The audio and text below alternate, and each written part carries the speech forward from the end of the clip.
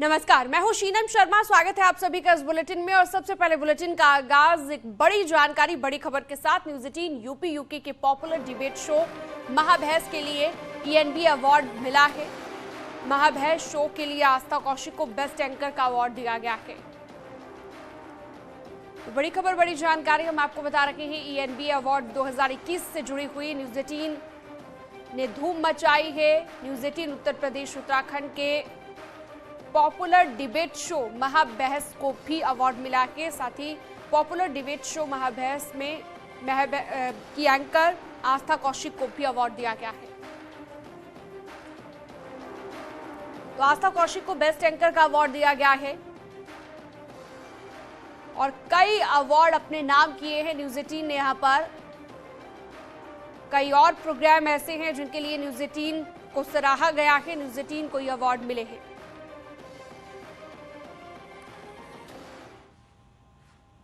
ENB awards 2021 में news 18 की धूम मची है।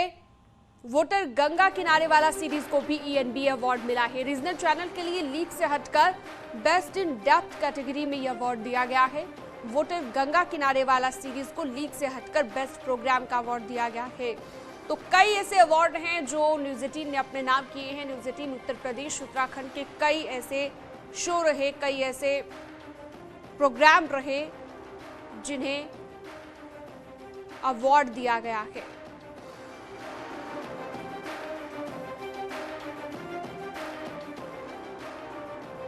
और इसके साथ ही आपको बता दें, मुख्तार रोपर टू बांदा शो को भी ईएनबी अवार्ड मिला है। बेस्ट न्यूज कवरेज कैटेगरी में मुख्तार रोपर टू बांदा शो को अवार्ड दिया गया है।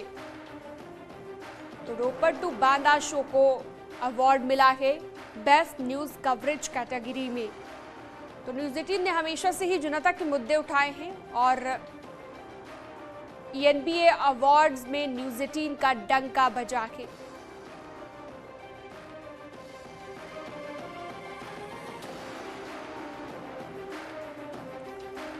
और बेस्ट कैंपेन के लिए देवभूमि के साथ देश को भी ईएनबी अवार्ड मिला है। उत्तराखंड में आई त्रासदी में मदद के लिए न्यूज 18 ने यह अभियान चलाया था और इसके लिए भी न्यूज 18 को अवार्ड मिला है। न्यूज 18 को सम्मान दिया गया है ईएनबी के दौरान। देवभूमि के साथ देश अभियान को सामाजिक कार्य के लिए सर्वश्रेष्ठ अभियान माना गया है और इसी के चलते ये अवार्ड न्यूज 18 की झोली में आया है, न्यूज 18 को मिला है। तो कई ऐसे शो रहे, कई ऐसे कैंपेन जो अभियान न्यूज 18 ने चलाए, उनके लिए न्यूज 18 की तारीफ हुई है, न्यूज 18 को सराहा गया है। और उत्तर प्रदेश उत्तराखंड ने उत्तराखंड त्रासदी को लेकर एक अभियान चलाया था। सामाजिक कार्य के लिए सर्वश्रेष्ठ अभियान इसे माना गया है। देवभूमि के साथ देश, ये अभियान चलाया गया था जिसके लिए न्यूज 18 की तारीफ हुई है। न्यूज 18 को अवार्ड से नवाजा गया है।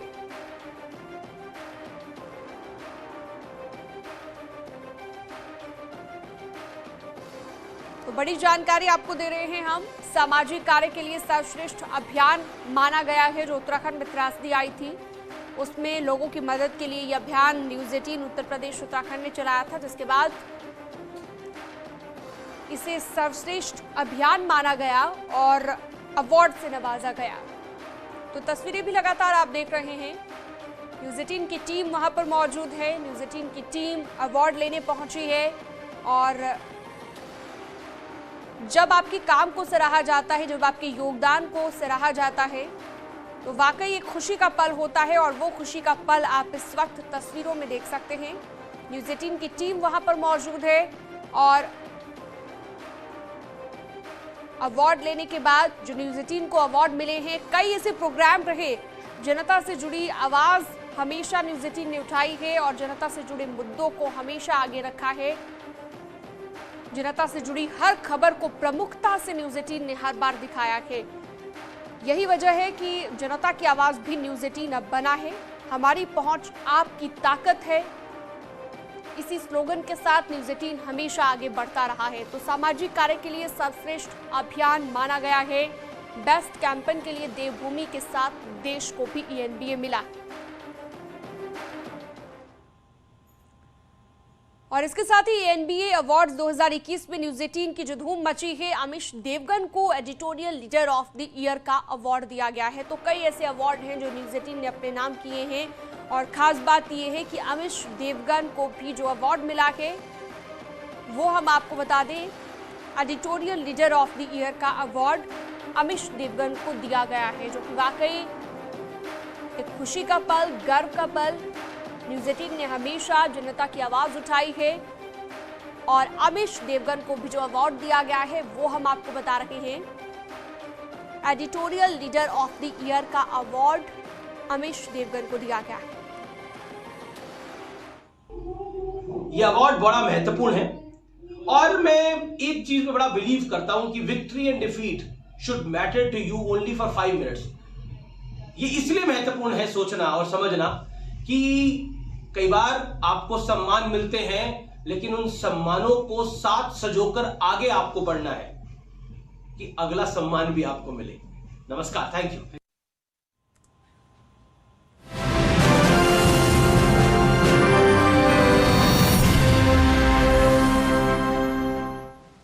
उत्तराखंड में शुरू की गई वेरिफिकेशन ड्राइव पर मुख्यमंत्री पुष्कर सिंह धामी ने कहा कि उत्तराखंड एक शांत प्रदेश है, इसलिए यहाँ की कानून व्यवस्था नहीं बिगड़नी चाहिए।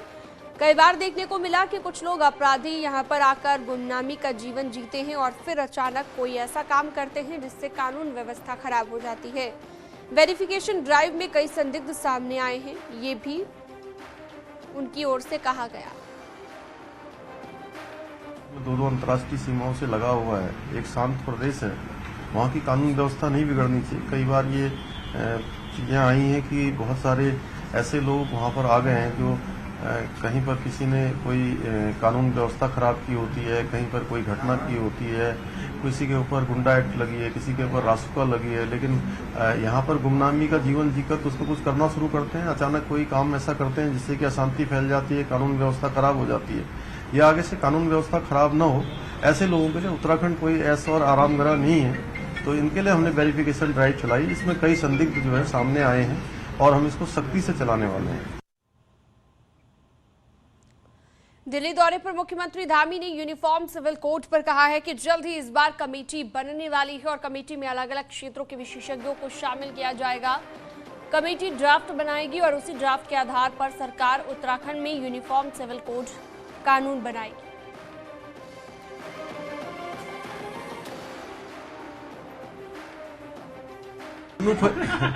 यूनिफॉर्म सिविल कोड, चूंकि उसके लिए हमारी कमेटी जल्दी बनने वाली है और कमेटी बनते ही स्टेक होल्डर्स और विधि विशेषज्ञ और ऐसे लोगों को लेकर हम कमेटी बनाएंगे। वो कमेटी ड्राफ्ट बनाएगी और उसी ड्राफ्ट के आधार पर हम उत्तराखंड में यूनिफॉर्म सिविल कोड लागू करेंगे। और अब देहरादून से बड़ी खबर है, जहां पर उत्तराखंड के चारों धामों में यात्रियों की संख्या तय कर दी गई है। केदारनाथ धाम में 12,000 लोग रोजाना आ पाएंगे, तो बद्रीनाथ में 15,000, गंगोत्री में 7,000 और यमुनोत्री में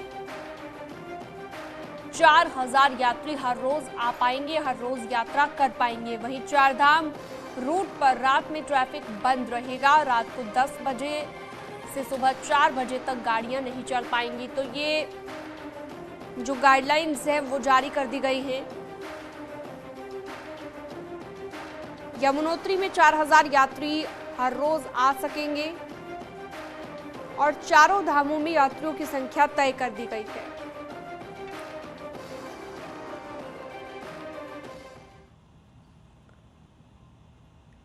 यूपी की तर्ज पर उत्तराखंड में भी अवैध निर्माण पर बुलडोजर चल रहा है। देहरादून में एमडीडीए ने जाखंड में 2,500 स्क्वायर फीट में किए गए अवैध निर्माण को बुलडोजर से ध्वस्त कर दिया। हरिद्वार में प्राधिकरण ने कॉलोनियों पर जेसीबी चलाकर ध्वस्त कर दिया। रुद्रपुर में शहीद राम कुमार आर्य पार्क में अवैध रूप से बनाए गए मंदिर पर नगर निगम का बुलडोजर चला। बुलडोजर की कार्रवाई की 3 तस्वीरें हम आपको दिखा रहे हैं। देहरादून में एमडीडीए का बुलडोजर भू माफियाओं पर कहर ढा रहा है। एमडीडीए ने जाखंड में 2,500 स्क्वायर फीट में किए गए अवैध निर्माण को बुलडोजर से ध्वस्त कर दिया। अवैध रूप से बनाई गई 2 बिल्डिंगें भी प्राधिकरण के बुलडोजर ने गिरा दी। माजरी ग्रांट और शिमला बाईपास रोड पर 40 बीघा में अवैध प्लॉटिंग पर भी एमडीडीए ने बुलडोजर चला दिया। 1 महीने में प्राधिकरण ने बिना नक्शे के बनाई गई 40 दुकानों को सील भी किया है।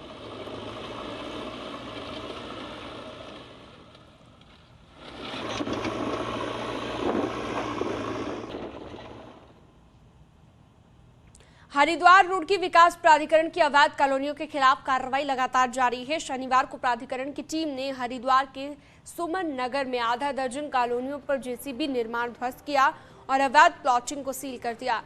प्राधिकरण के उपाध्यक्ष ने कहा कि हरिद्वार में सैकड़ों अवैध निर्माण किए गए हैं। फिलहाल अवैध रूप से बसाई गई कॉलोनियों के ध्वस्तीकरण की कार्रवाई जारी है। उनको तुरंत रोका जाए, क्योंकि ये इसमें कहने मुझे कोई गुरेज नहीं है कि यहाँ पर सैकड़ों के हज़ारों की तादाद में इलीगल कंस्ट्रक्शंस हुए हैं, लेकिन इनमें किसी को भी बख्शा नहीं जाएगा। या तो वो OTS स्कीम के तहत जो 31 मार्च को हालांकि वो समाप्त हो गई है, शमन की जो कार्रवाई होती है वो हमेशा होती रहती है। लीगल फ्रेमवर्क में अपनी प्रॉपर्टी को ले आएँ। रुद्रपुर में शहीद रामकुमार आर्य पार्क में अवैध रूप से बनाए गए मंदिर पर नगर निगम का बुलडोजर चला। भारी पुलिस फोर्स की मौजूदगी में प्रशासन की टीम ने पहले मंदिर में रखी 4 मूर्तियों को हटाकर सुरक्षित निगम ट्रक में रखवा दिया और फिर अवैध रूप से किए गए निर्माण को बुलडोजर से ढहा दिया।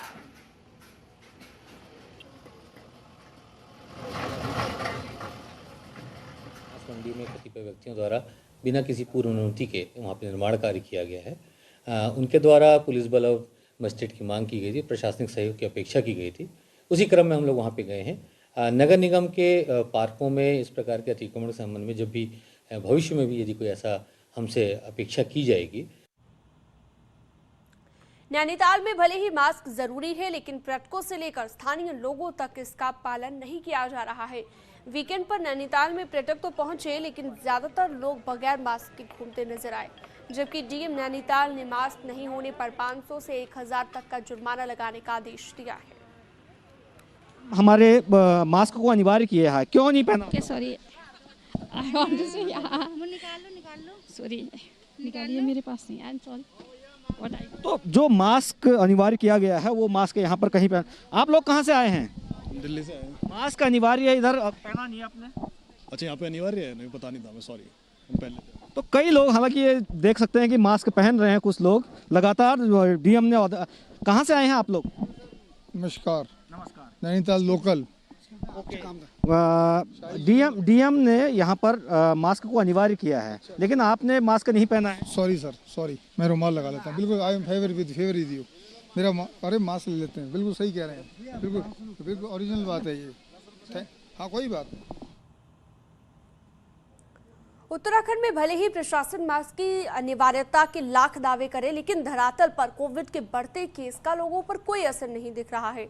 आज भी लोग बिना मास्क के ही घूमते नजर आ रहे हैं। डीएम के निर्देश को अधिकारी पालन करवाने में कामयाब होते नजर नहीं आ रहे, ना ही पब्लिक प्लेस पर सख्ती दिखाई जा रही है।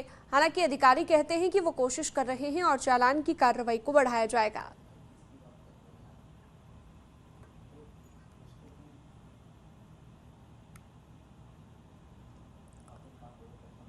चमोली के जंगलों में आग लगने का सिलसिला जारी है, जिसके चलते न सिर्फ वन संपदा का नुकसान हो रहा है, बल्कि वन्य जीवों के साथ ही पर्यावरण को भी भारी नुकसान हो रहा है। जिले में जंगलों का जिम्मा संभालने के लिए भले ही 4 डिवीजन हैं, मगर कोई डिवीजन ऐसा नहीं है जहां पर आग लगने की घटना सामने न आती हो।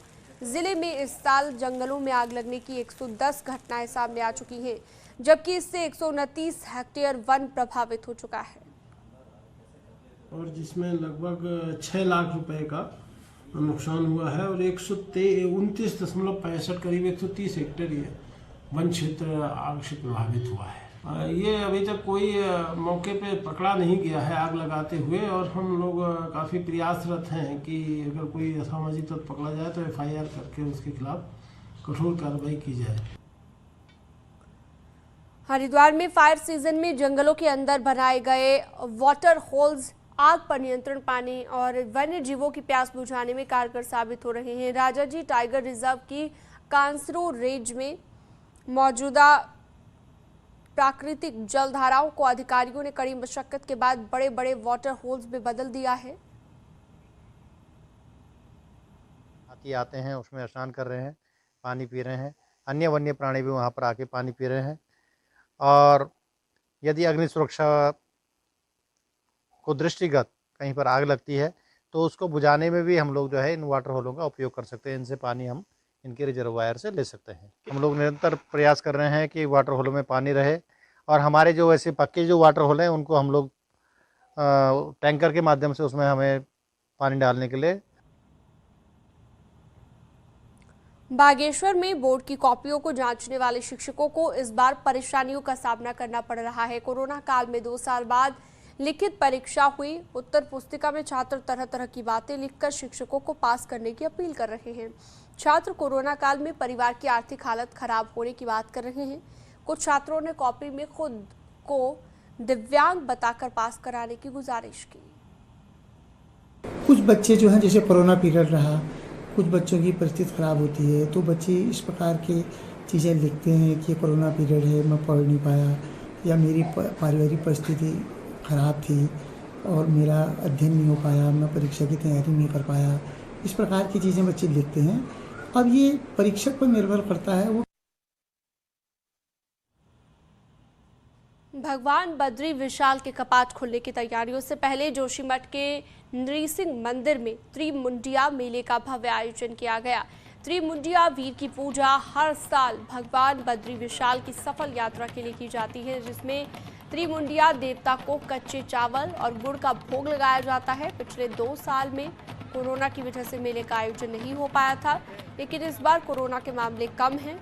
ऐसे में पहाड़ों में मेले का आयोजन शुरू कर दिया गया है। मेले का आगाज भी हो गया है।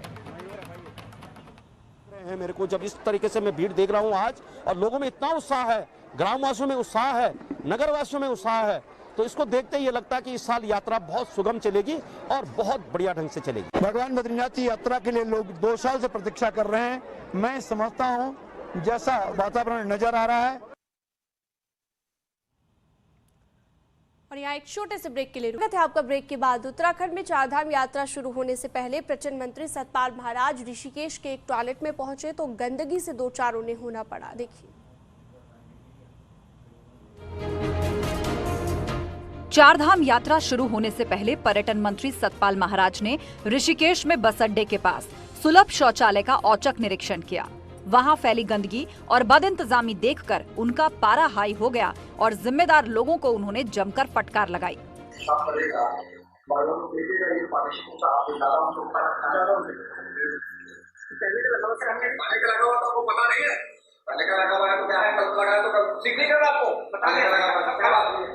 जब अभी ये हाल है तो यात्रा शुरू होने पर एक दिन में लाखों यात्री आएंगे, फिर क्या हालात होंगे, इसका अंदाजा लगाया जा सकता है। श्रद्धालुओं को गंदगी का सामना करना पड़ेगा। इसी बात पर मंत्री सतपाल महाराज नाराज थे।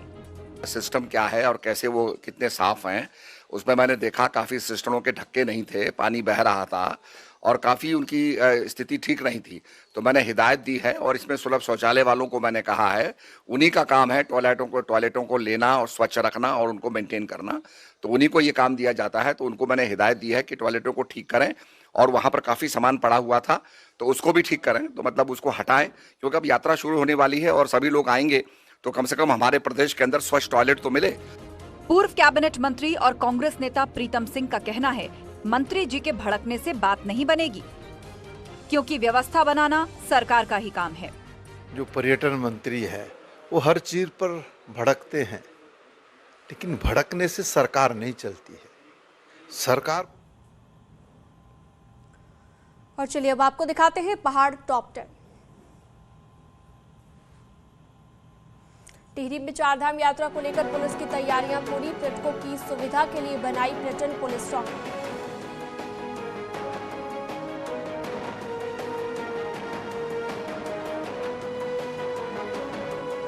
बागेश्वर के सामुदायिक स्वास्थ्य केंद्र बैजनाथ में तैनात डॉक्टर पर इलाज के नाम पर अवैध वसूली का आरोप।